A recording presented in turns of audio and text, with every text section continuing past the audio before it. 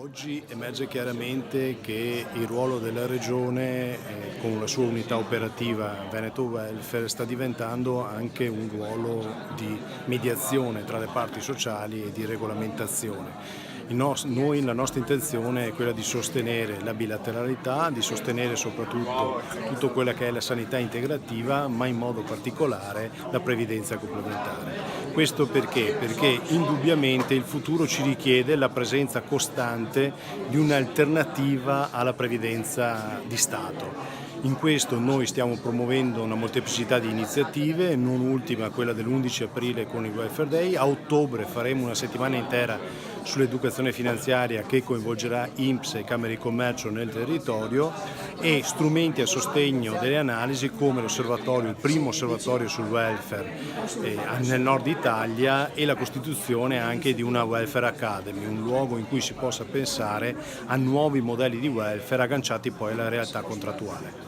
Il ruolo delle parti sociali è quello di indirizzare necessariamente le politiche di welfare. Hanno la contrattazione per farlo, possono farlo, hanno anche la risorsa della bilateralità con cui possono lavorare su questi versanti e possono realizzare la mutualità e la sussidiarietà con gli strumenti contrattuali proprio per garantire ai lavoratori, anche a fronte magari di contratti e di forme di contratti diverse, una garanzia sul piano del welfare. I piani che sono più importanti sono quelli relativi alla previdenza integrativa e all'assistenza sanitaria. Su questi due livelli le parti devono lavorare nel futuro molto di più di quello che hanno fatto adesso, utilizzando magari gli strumenti che finora hanno utilizzato. Della bilateralità credo che nella previdenza complementare abbia un ruolo fondamentale. L'abbiamo dimostrato negli interventi che negli anni abbiamo fatto a sostegno del reddito dei lavoratori e stiamo già provvedendo anche in questo caso nel sostegno alla previdenza complementare.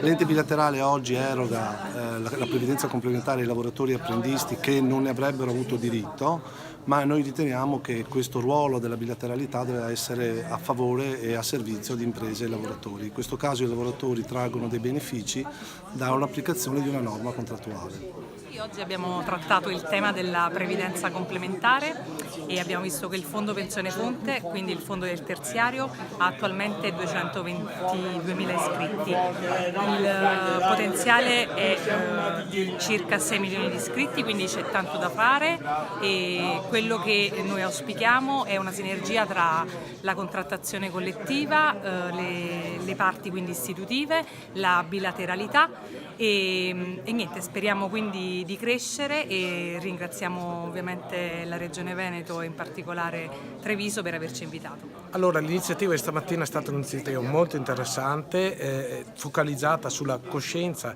e sulla conoscenza, due principi importantissimi.